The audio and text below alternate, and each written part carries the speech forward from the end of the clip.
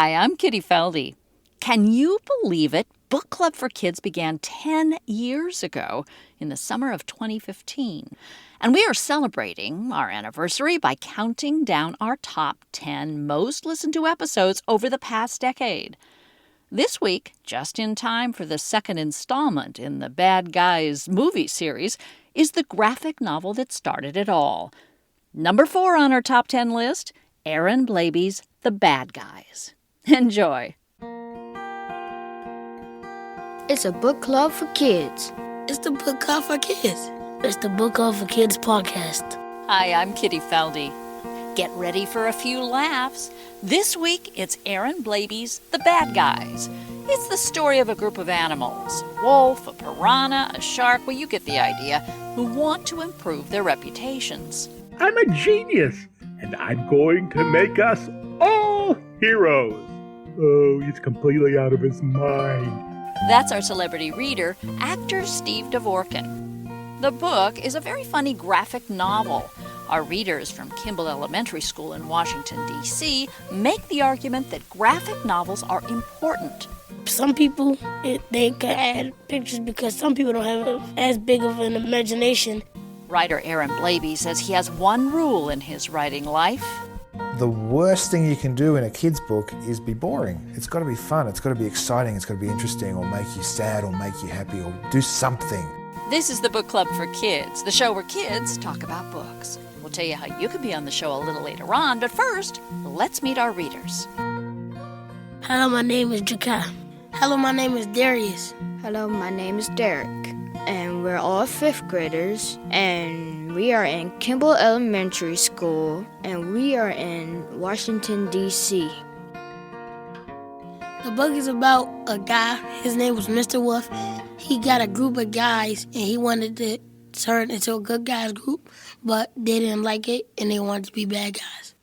Who exactly is Mr. Wolf? Mr. Wolf is a wolf, and his buddies are piranha, shark, snake, and tarantula. Are they really bad guys? Yeah, they're really bad guys, but Mr. Wolf wants to act like he's a good guy for now. Do we believe him? Well, his buddies believe him, but they don't want to become good guys like him. Seems like a good time to get a taste of the bad guys. Our celebrity reader is actor Steve DeVorkin, who, by the way, you can hear as our favorite dog, Senator Something, in our other podcast, The Fina Mendoza Mysteries. Here, he plays a car full of many other animals. Well, this is the first meeting of the Good Guys Club. That's right, the Good Guys. I beg your pardon. Oh, you heard me. Aren't you tired of being the villain? Aren't you tired of the screams? Aren't you tired of the fear? Not particularly. Not at the least. Of course you are. And I have the solution. Okay, pop quiz. Let's see. We find a cat stuck in a tree. What do?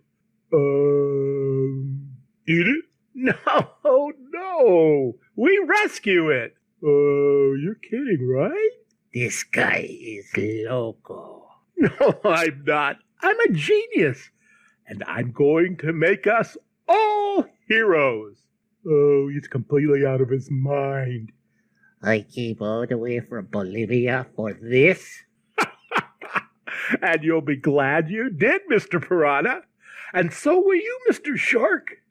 This is going to be awesome! Now everybody climb aboard and let's do some good. Why are we driving around in this stupid car? Stupid car? Why, this car is a fuel-injected, 200 horsepower, rock-and-rollin' chariot of flamin' coolness. If we're going to be good guys, my friend, don't you think we should look good? It's a sweet ride, Chico, but I get car sick, man. So what are we doing here? We're looking for trouble, my friend. If we're going to be heroes, we always need to be on the lookout for trouble. We need to be able to smell trouble. In fact, wait a second. I think I can smell trouble right now. Wow, it's really strong. Actually, hang on. Meow! Bingo! So, what are we going to do? Rescue the cat? Rescue the cat? I guess rescue the cat. And what are we not going to do? Eat the cat. Eat the cat. Eat the cat? That's right. I don't know about you, but I feel pumped. Now, let's do this thing. Meow. Here, kitty, kitty, kitty. Here, kitty, kitty, kitty. Here, Kitty, kitty, kitty. here, kitty, kitty, kitty, kitty. Let me handle this. Hey, you. Get down here or I'll shimmy up that tree and bite you on your furry little butt.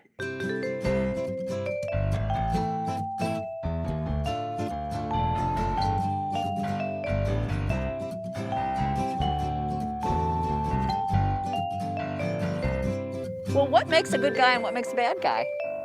What makes a good guy and what makes a bad guy is that bad guys destroy stuff and do some bad stuff, like burning down houses. And good guys, they save the world. They clean the water, they take out the trash. In the book, they was trying to be good guys, but they so-called good guys as saving chickens from a chicken farm and saving dogs from a dog pound, but it was all in a bad way. They said the dogs and the chickens supposed to be there, but no, they was being bad guys and messed it up. Would you guys say you are good guys or bad guys? We would say that we are good guys because we do our work, we listen to our teachers, we do everything. I would consider all of us at this table good guys because if you wasn't a good guy right now, you would not be here talking to us. You would be messing us up and doing all that stuff. Now, he's a good guy because he's very excellent. He's very respectful. He does all his work. He doesn't yell, scream. He likes a lot of people like me. So this is a graphic novel, so there are words and pictures. Is that a good thing, a bad thing? Does it help? Does it make a difference? Well, the pictures help because they help you to see what's going on, not just you reading. And in most of chapter books, you don't get a much good of pictures, so you don't really know what's going on. Like in Bad Guys, they showed a lot. Like the shark didn't like the tarantula. So anytime the tarantula get on it's saying, oh, and then it showed the tarantula all on him. Some people, they can add pictures because some people don't have as big of an imagination, and it also helps to give a better picture of what's happening. Why is this book funny? They made it funnier by adding illustrations because the illustrations, it shows what's going on. Like Jakai said, somebody slipping on a banana, somebody getting smacked, somebody falling out of a tree. They show all the pictures so people can laugh and talk about it and have a good time. And if somebody's mad and they read a book, they can put a smile on their face. Now, I know all you guys identified yourself as good guys, but that said, which character in the book did you like the best? Mr. Piranha. It was because that he says, now I'm a piranha sandwich. Oh, yeah, they call him that. But piranhas are kind of dangerous. Why did you like him? Well, because he's always screaming. And he's also funny because he always like every time he fall down, he'll always be like, Jiggles, get me. And then they just start trying to get him, but then he just fall down again. Well, my favorite character is Spider because of how smart he is and how he likes to use technology. And I also like to use technology just like the Spider. So you're smart and you like to use technology. Yes. My favorite character is Mr. Snake because he always wants to eat everything he sees. Like, it's so funny. He always wants to eat the chickens, the dogs. He's like, oh my God, so delicious, Chico. Well, he says like a lot of stuff, and he laughs and he giggles, and he was like, and he told them, oh, and they don't let him go inside that much because of the way he is. Mr. Shark, they use him as a disguise all the time. So, what about Mr. Snake is also similar to you? He likes to climb a lot of stuff, and I love climbing stuff. And then he yells and screams and argue. Like, he doesn't play about what he does. Does that sound like you? He likes to get to work. So, who would you recommend this book to? Who should read this book? A lot of people that like to laugh and love to see jokes and love animals. I would recommend this book to people that don't get to laugh a lot or very serious people, because it will just give them the joy of a little bit of laughter. Well, let's chat a little bit with our author, Aaron Blabey. You guys got some questions? What do you do to make this book? So if I'm writing a story, I'll get up in the morning, I'll go for a run. And when I'm running, I find running just helps me think of ideas. So stuff tends to come when I'm running. If I'm writing, especially if I'm writing in verse, if I'm writing like something that flows in poetry, I walk. I walk all day. I find walking really useful because I can, as I'm walking along, the kind of rhythm of walking helps me kind of figure out how to make something rhyme and make it fit. I look like I'm just texting people all the time, and I'll be hit by a bus one day because I walk around constantly writing on my phone. And there's a couple of reasons. One, it's just when I'm walking, it's easier than having a pen. But the other thing is I used to have really beautiful little notebooks, but I found notebooks, particularly good-looking ones, made me nervous when I picked them up. You don't want to deface it because it's already kind of a perfect thing, and then everything you do feels kind of stupid. Whereas when you just type it on your phone or scribble it on a whiteboard or on the back of a napkin, it doesn't matter. And that's where my best stuff comes from, because I'm more relaxed than if I'm... You know the thing, if you've got a pretty notebook, it's like sort of chiseling something into stone. You want every mark you make to be kind of beautiful, whereas it's much more effective, I find, to just scribble, and make a mess. I call it or a lot of people do, call it trying to capture lightning in a bottle. That's what it is. It's trying to catch something that is, you can't see it. You just have to, because that's what I do, or what people who write or paint, or our job is to make something out of nothing, which is a pretty amazing job to have, really. But that's what it is. At the end of the day, it's just me walking around thinking up stuff and then trying not to get in the way of it. So that's what I do. I sort of scribble it down on something easy. When I think about it, the first book I ever wrote was written on a piece of toilet paper. Yeah, it was Pearl Barley and Charlie Parsley. It actually started, this little bit here in the frame is my boarding pass when I was on a plane. I wrote the first bit on that, and then that night I was staying with some friends and I didn't have any paper and everybody was asleep, so I went and got some toilet paper from the guest room and I wrote the book, and it's exactly word for word the book. So you don't need anything fancy at all to write a book. I mean, I did it on a piece of toilet paper. If I'm painting though, if I'm doing the artwork, so we take the kids to school, I go down to my studio and I start painting, and I put on music. And music's really, really important with what I do. It helps me kind of create the right mood. Most of my inspirations of writers tend to be songwriters, because I find a lifelong love of songs and songwriting has had a really, really big influence on how I make my books. Because for me, they're songs. Instead of having a tune, I've got pictures. We inspired you to write the things that's in your book, like the jokes and the names and stuff, and the criminal record and stuff like that. They can come from anywhere. You can see something on the street, or somebody can say something, you can hear a word. What made you make everyone animals instead of real people? I asked my little boy once, what are your favourite animals? And he started listing them off, and he was going shark, tiger, pig.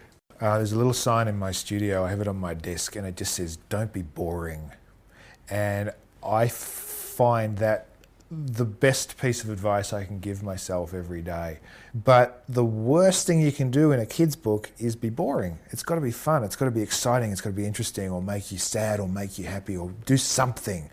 And I have that sign there to remind me to never, ever, ever, ever be boring.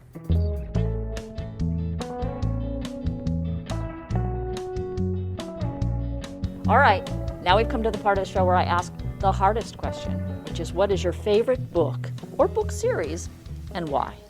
My favorite book is Diary of the Wimpy Kid, and it's my favorite book because of how it has so many series in it. And he does a lot of funny things, and how he comes up with all these plans and things like that. And it's just a lot of the books, so I can read a lot of them.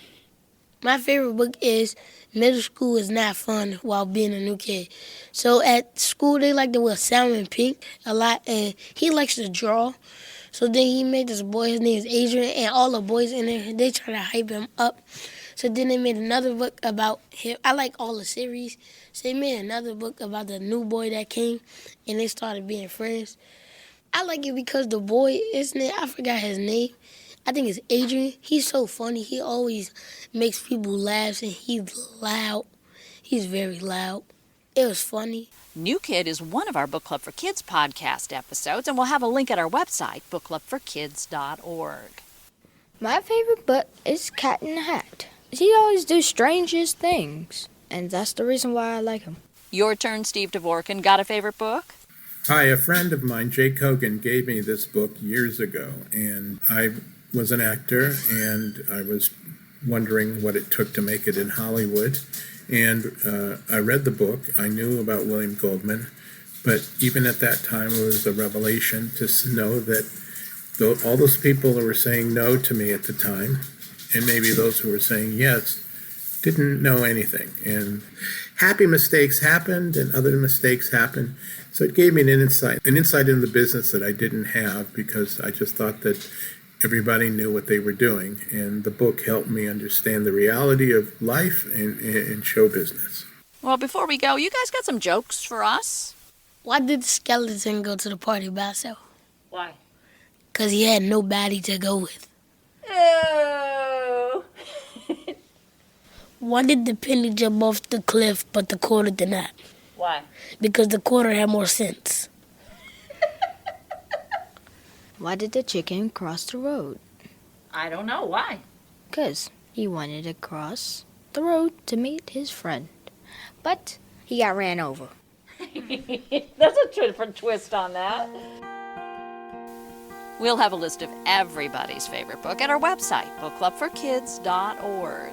And if you have a favorite book, you can be on the Book Club for Kids podcast too. Just record yourself on the voice memo app of a smartphone telling us your first name, the city where you live, the name of your favorite book, and why you love it.